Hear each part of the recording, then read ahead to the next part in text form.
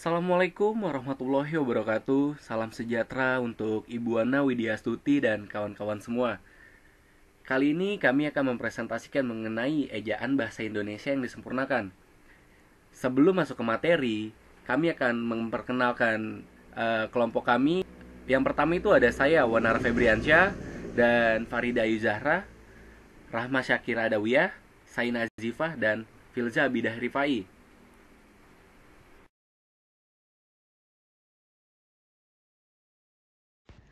Pada kesempatan kali ini, kami akan membahas materi tentang ejaan bahasa Indonesia yang disempurnakan. Bagian A itu penulisan huruf. Yang pertama, abjad. Abjad bahasa Indonesia menggunakan 26 huruf sebagai berikut, yaitu ada A, B, C, D, E, F, G, H, I, J, K, L, M, N, O, P, Q, R, S, T, U, V, W, X, Y, dan Z. Dalam abjad itu terdapat 5 huruf vokal, yaitu ada A, I, U, E, dan O. Dan sisanya adalah konsonan sebanyak 21 huruf. Yang kedua ada diftong.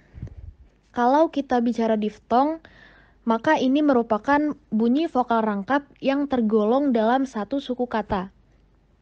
Bahasa Indonesia sendiri memiliki 4 diftong yang berupa huruf vokal, yaitu ada AI, AU, EI, dan OI. Misalnya dalam kata toilet, kau, ramai, audiens, ataupun yang lain.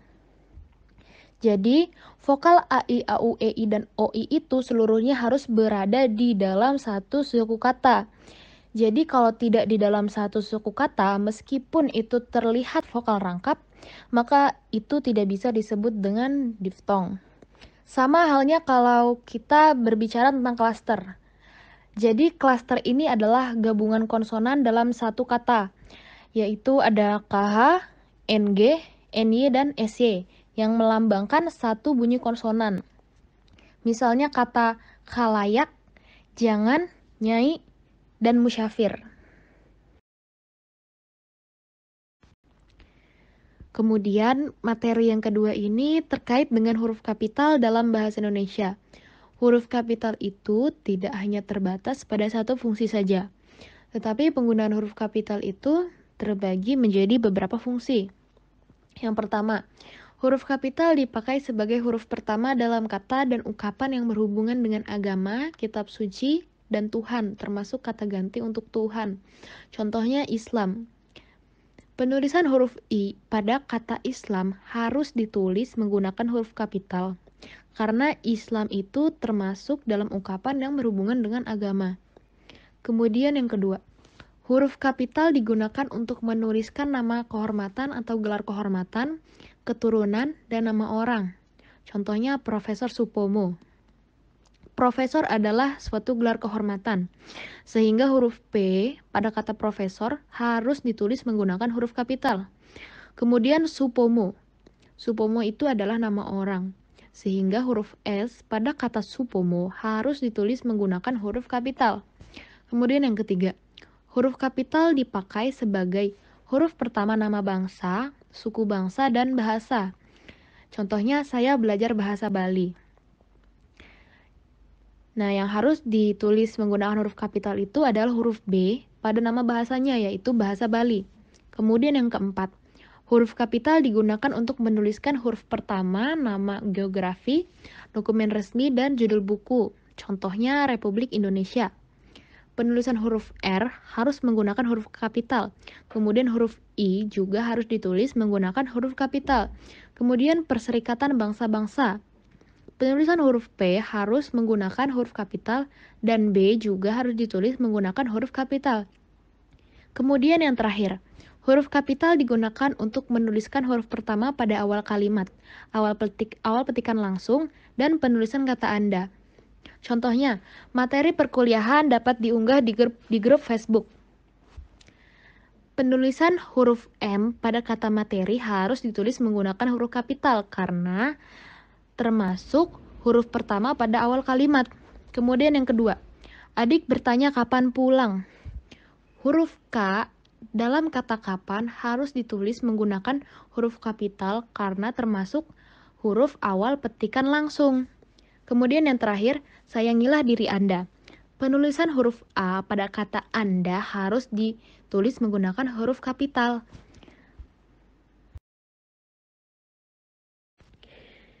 Kemudian yang selanjutnya huruf miring. Yang pertama, huruf miring digunakan untuk menuliskan judul buku, nama majalah, atau nama surat kabar yang dikutip dalam tulisan termasuk dalam daftar pustaka. Misalnya, saya sudah membaca novel Ibu karya Iwan Setiawan. Nah, kata ibu di sini adalah judul novel atau judul buku. Jadi, perlu dicetak miring. Kemudian yang kedua, majalah Bahasa dan Sastra diterbitkan oleh Pusat Bahasa. Bahasa dan Sastra di sini adalah judul dari majalah. Maka juga perlu dicetak miring. Kemudian yang kedua, huruf miring digunakan untuk menegaskan atau mengkhususkan huruf, bagian kata, atau juga kelompok kata dalam kalimat. Misalnya, bagian ini tidak membicarakan penulisan surat. Nah, untuk bagian yang dikhususkan di sini adalah bagian yang tidak. Maka kata tidak di sini perlu atau harus dicetak miring. Sama halnya ketika kita dulu mengikuti ujian nasional. Misalnya ada berikut ini adalah nama-nama presiden. Kecuali. Nah, kata kecuali di sini itu seharusnya tidak dicetak tebal. Tapi sama seperti kata tidak ini, harusnya dicetak miring. Kemudian yang ketiga, huruf miring digunakan untuk menuliskan kata atau ungkapan dalam bahasa daerah atau bahasa asing. Misalnya, nama ilmiah buah manggis ialah Carcinia mangostana. Jadi, Carcinia mangostana ini perlu dicetak miring karena ini bukan bahasa Indonesia atau tidak diserap dalam bahasa Indonesia. Maka ini harus dicetak miring. 4. Huruf tebal. 1. Huruf tebal dalam cetakan dipakai untuk menuliskan judul buku, bab, bagian bab, daftar isi, daftar tabel, daftar lambang, daftar pustaka, indeks, dan lampiran. Contohnya, judul, habis gelap terbitlah terang, bab 1 pendahuluan, bagian bab 1.1 latar belakang masalah. 2. Huruf tebal tidak dipakai dalam cetakan atau menegaskan atau mengkhususkan huruf, bagian kata, atau kelompok kata. Untuk keperluan itu digunakan huruf miring. Contohnya, 1. Akhiran I tidak dipenggal pada ujung baris. 2. Saya tidak mengambil bukumu. 3. Gabungan kata kerjasama ditulis terpisah. B. Penulisan kata. Kata dasar. Kata yang merupakan kata dasar ditulis sebagai satu kesatuan. Misalnya, virus komputer dapat kita musnahkan. 2. Kata turunan. Imbuhan ditulis serangkai dengan bentuk dasarnya. Misalnya, mengunduh. A. Imbuhan dirangkaikan dengan tanda hubung jika ditambahkan pada bentuk singkatan atau kata dasar yang bukan bahasa Indonesia. Misalnya, di, SMS, kan. B. Kata yang langsung mengikuti atau mendahuluinya. Misalnya, bekerja sama. C. Jika bentuk dasar yang berupa gabungan kata mendapat awalan dan akhiran sekaligus, unsur gabungan kata itu ditulis serangkai, misalnya menyebar luaskan. D. Jika salah satu unsur gabungan kata hanya dipakai dalam kombinasi, gabungan kata itu ditulis serangkai, misalnya adipati, dwiwarna, paripurna, aerodinamika. 3. Kata bentuk ulang. A. Bentuk ulang ditulis dengan menggunakan tanda hubung di antara unsur-unsurnya, misalnya sistem-sistem. B. Awalan dan akhiran ditulis serangkai dengan bentuk ulang, misalnya kekanak-kanak. 4. Gabungan kata. Unsur-unsur gabungan kata yang lazim disebut kata majemuk ditulis terpisah, misalnya model linear, kambing hitam, orang tua, simpang 4. Gabungan kata yang dapat menimbulkan kesalahan pengertian dapat ditulis dengan menambahkan tanda hubung di antara unsur-unsurnya untuk menegaskan pertalian unsur yang bersangkutan. Misalnya, anak strip istri Ali, anak istri strip Ali. Gabungan kata yang dirasakan sudah padu benar ditulis serangkai. Misalnya, acap kali, ada kalanya, akhiru kalam, wira swasta.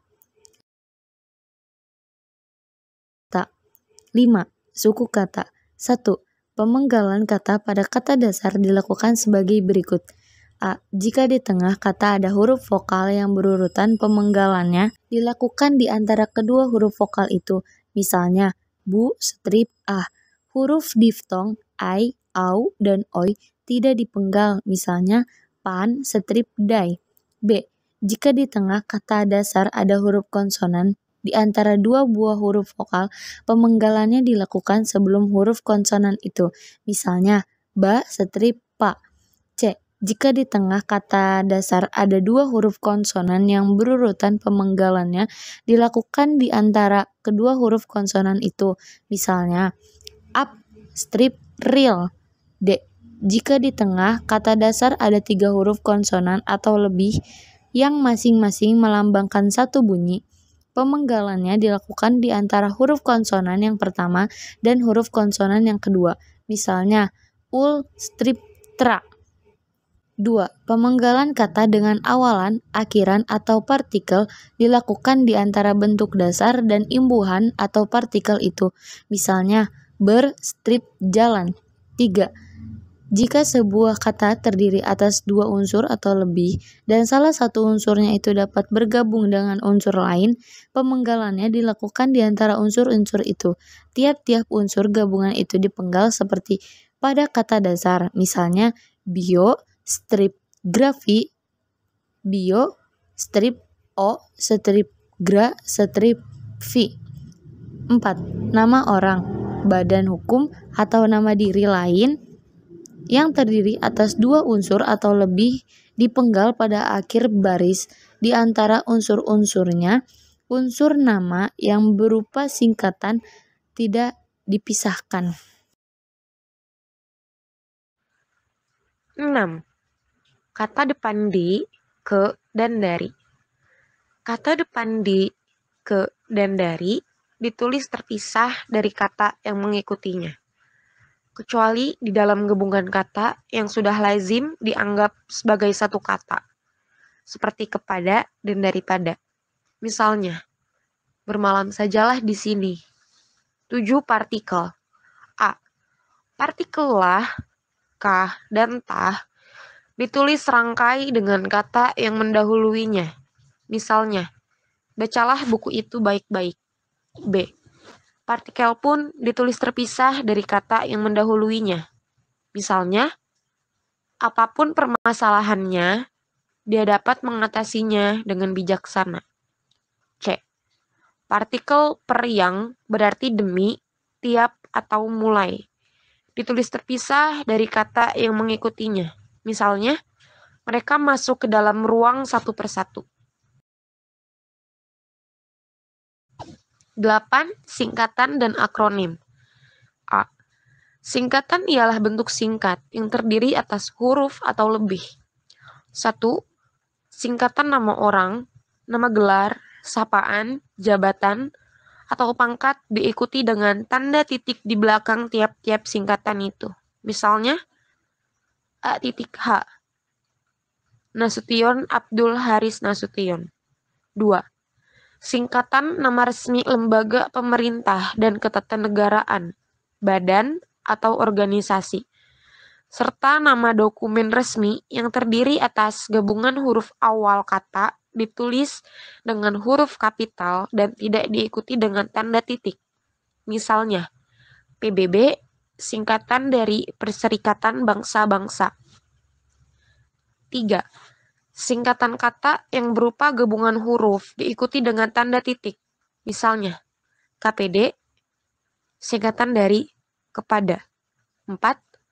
Singkatan gabungan kata yang terdiri atas 3 huruf diakhiri dengan tanda titik.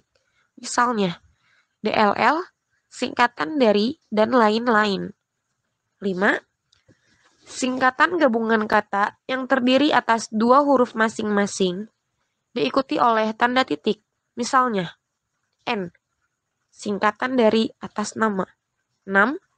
Lambang kimia, singkatan satuan ukuran, timbangan, dan mata uang tidak diikuti tanda dengan titik.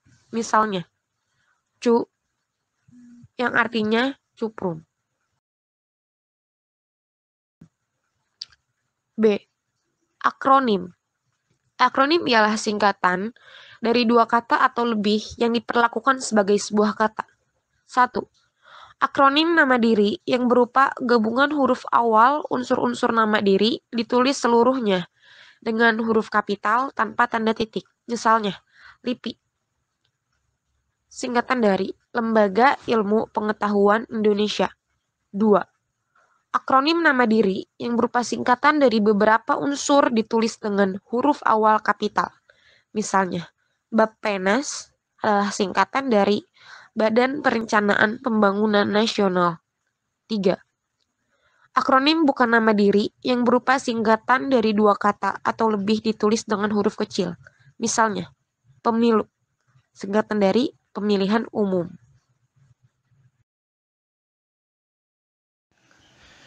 Selanjutnya ada tentang angka dan bilangan.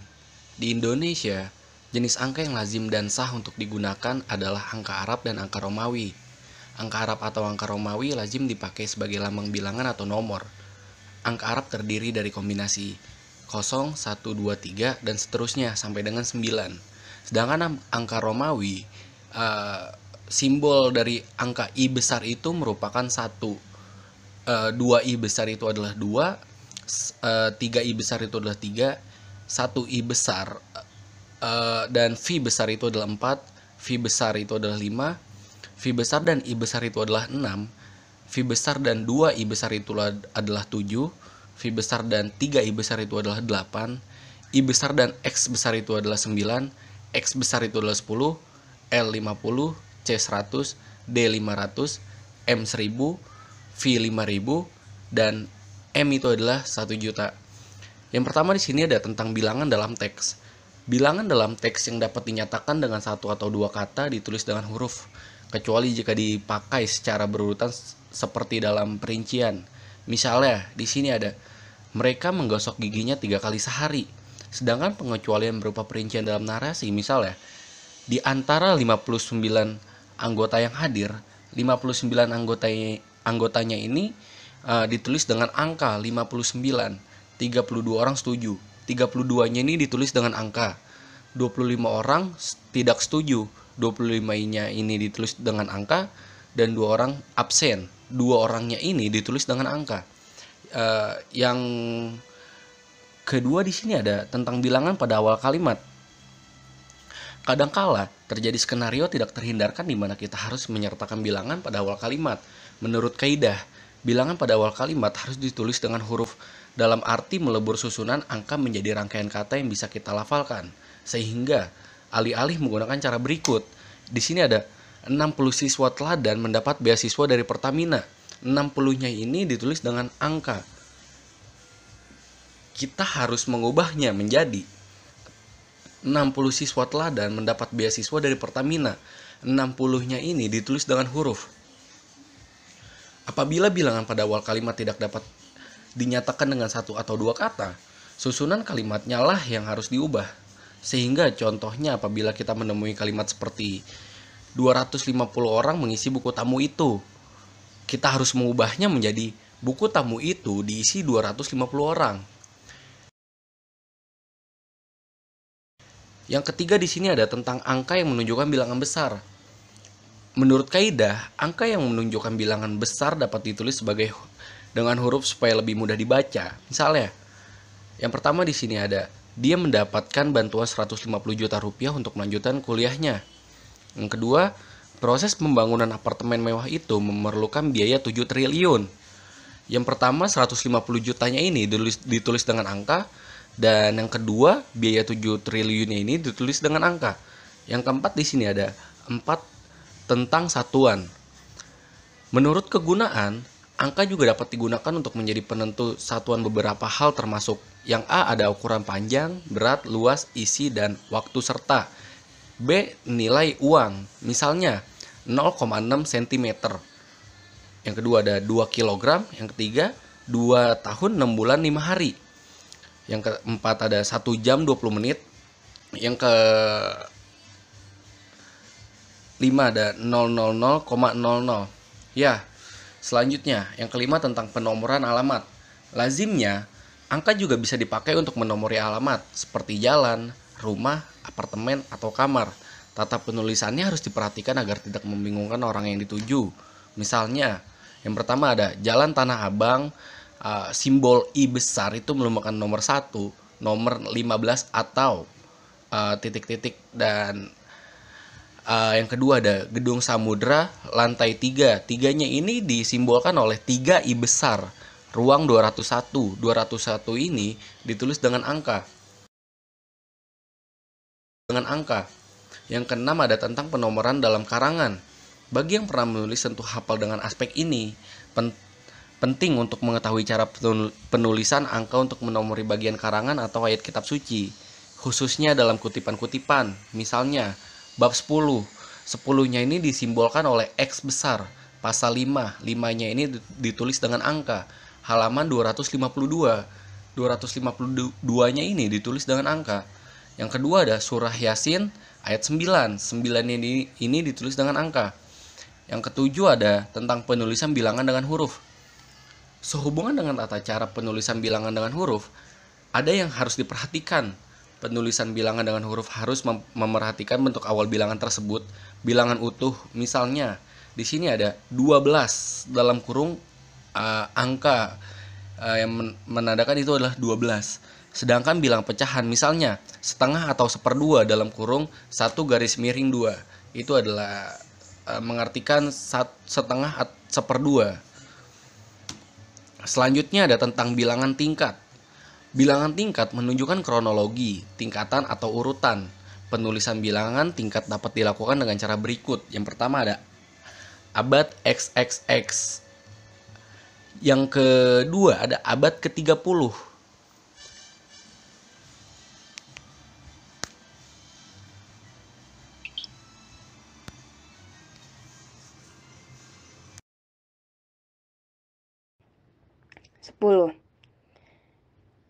Tentang angka dalam surat resmi dan perundang-undangan. Dalam perkara formal seperti keperdataan, angka juga muncul dalam narasi. Penulisan bilangan dengan angka dan huruf sekaligus dilakukan dalam peraturan, perundang-undangan, akta, dan kwitansi, misalnya. Seperti orang yang menyebarkan atau mengedarkan rupiah tiruan, sebagaimana dimaksud dalam pasal 23 ayat 2, pidana dengan kurang paling lama 1 tahun dan pidana denda paling banyak 200 juta rupiah. 11. Penulisan bilangan angka yang diikuti huruf. Dan dalam penulisan bilangan yang dilambangkan dengan angka dan diikuti dengan huruf, penulisannya harus dilakukan seperti berikut. Saya lampirkan tanda terima uang sebesar 550 rupiah. 12. Tentang bilangan unsur, nama tempat. Sering menemukan nama tempat dengan bilangan di dalamnya. Bilangan yang digunakan sebagai unsur nama geografi ditulis dengan huruf, misalnya Salatiga dan Raja Ampat. B. Penulisan kata ganti ku, kau, ku, mu, dan nya. Kata ganti ku dan kau ditulis serangkai dengan kata yang mengikutinya atau kata setelahnya. Kata ganti ku, mu, dan nya ditulis serangkai dengan kata yang mendahuluinya atau kata sebelumnya. Pertama, kata gantiku dan kau yang letaknya di awal. Kata harus digabung dengan kata yang mengikutinya. A. Pelan-pelan ku baca instruksi di atas sana. B. Apel itu boleh kau makan. C. Minta maaf telah kubohongi.